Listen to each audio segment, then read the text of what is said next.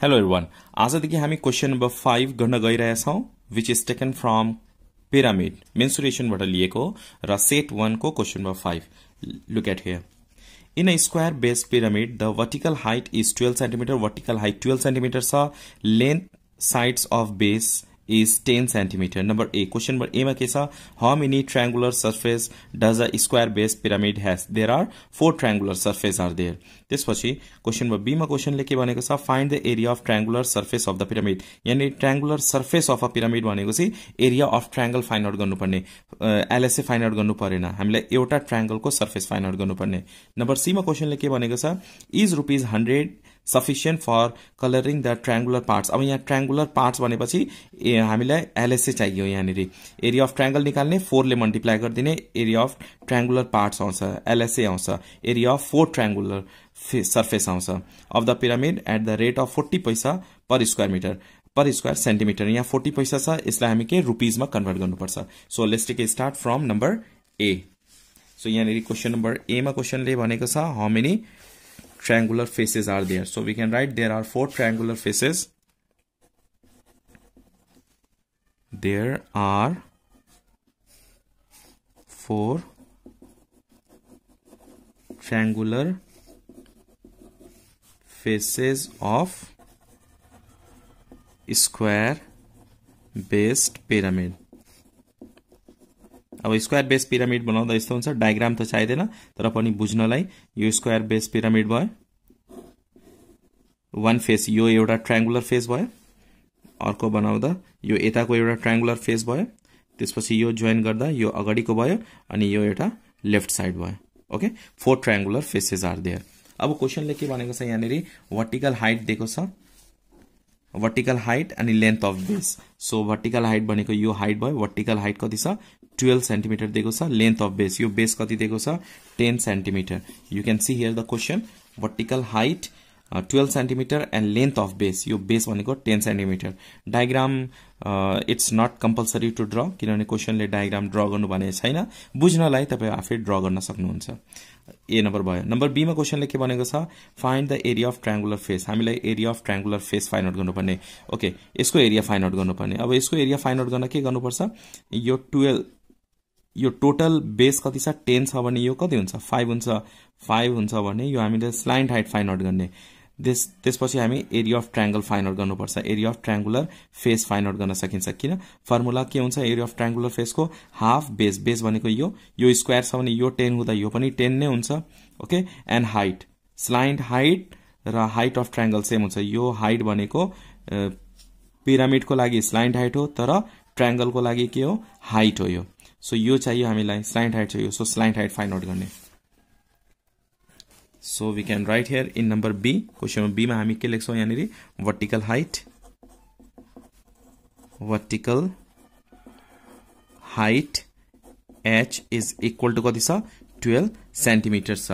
Okay, after that length of side or length of base, length of side or base जे लेख्दा पनि भयो. यहाँनिर a इज इक्वल टू कति छ 10 सेन्टिमिटर. अब यो 10 छ भने यो के हुन्छ 5 हुन्छ.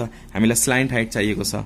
सो स्लाइन्ट हाइट को फर्मुला युज गर्ने, slant height L is equal to formula के हुन्छ root under h square plus यो भनेको a/2 छ.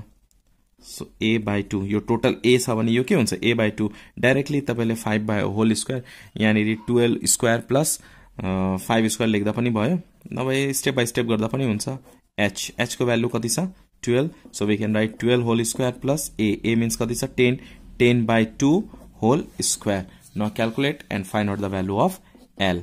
12 square 144 plus यो के हुन्छ 5 whole square हुन्छ, root under 144 plus 25 is equal to root under 169 is equal to 13 centimeter. अब स्लाइन्ट हाइट कति आएको छ 13 centimeter. Okay, after that we have to find out area of triangular part. Number B मा हामीले एरिया अफ ट्रायंगुलर पार्ट भनेको छ find out गर्न. Area of triangular surface or triangular part जे लेख्दा पनि भयो. Area of triangular surface, triangular surface formula के हुन्छ 1/2 a into L. Area of triangle को फर्मुला के हुन्छ 1/2 बेस इन्टु हाइट 1/2 बेस भनेको यो हाइट भनेको यो हाइट भनेको स्लाइन्ट हो 1/2 इन्टु ए भनेको कति छ 10 स्लाइन्ट हाइट कति आएको छ 13 is equal to let's calculate you will get here 65 centimetre square okay so area of triangular surface कति आएको छ 65 सेन्टिमिटर स्क्वायर अब क्वेशन नम्बर सी मा क्वेशनले के भनेको छ यहाँ हेर्नुस् क्वेशन नम्बर सी मा क्वेशनले भन्छ is 100 sufficient to colouring the triangular parts अब यहाँ ट्रायंगुलर पार्ट्स को कुरा छ इट मीन्स हामीले एलएसए फाइन्ड आउट गर्नुपर्ने चारवटे ट्रायंगल को के फाइन्ड आउट गर्नुपर्छ एरिया फाइन्ड आउट गर्नुपर्छ यो 65 भनेको एरिया अफ वन पार्ट एउटा ट्रायंगल को मात्र एरिया छ अब कतिवटा ट्रायंगल्सहरु यहाँ हुन्छ चारवटा ट्रायंगल्स हुन्छ 4 ट्रायंगुलर फेसेस अब कलर गर्दा यो चारवटै पार्ट्समा कलर गर्नुपर्छ and 100 rupees is sufficient or not यहाँ क्वेशनले के भनेको छ 100 rupees is sufficient or not so सुरुमा हामी के गर्ने area of 4 triangular parts find out गर्ने नम्बर सी मा त्यो भनेको ल्याटरल सर्फेस एरिया हो एरिया अफ 4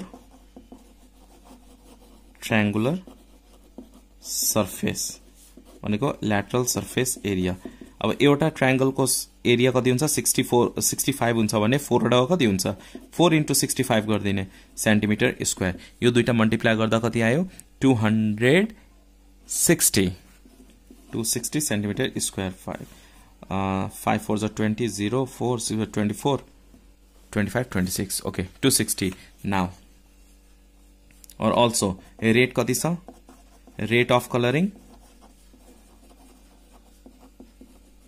कलरिङ कति छ 40 पैसा पर सेन्टिमिटर स्क्वायर यसलाई कन्भर्ट गर्ने रुपीज मा सो 40 डिवाइडेड बाइ 100 हुन्छ 100 ले डिवाइड गर्दा के हुन्छ कन्भर्ट हुन्छ रुपीज मा अब यो दुईटा डिवाइड गर्दा के हुन्छ rupees 0.4 per centimetre square area यति छ रेट यति छ अब कस्ट को फर्मुला युज गर्ने cost of colouring now cost of colouring C को फर्मुला के हुन्छ area into rate yes or not so area into rate area कति छ 260 राइट हियर 260 इन्टु रेट कति छ यहाँ 0.4 सो 0.4 यो दुईटा मल्टिप्लाई गर्दा कति हुन्छ 104 बट क्वेशनले के भनेको छ 100 rupees is sufficient or not so we can write here no rupees 100 is not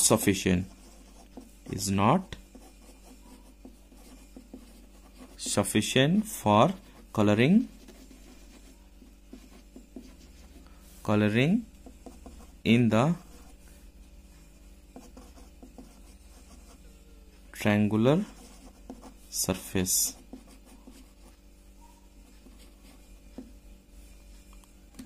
Hope you understand this question taken from set 1 question number 5.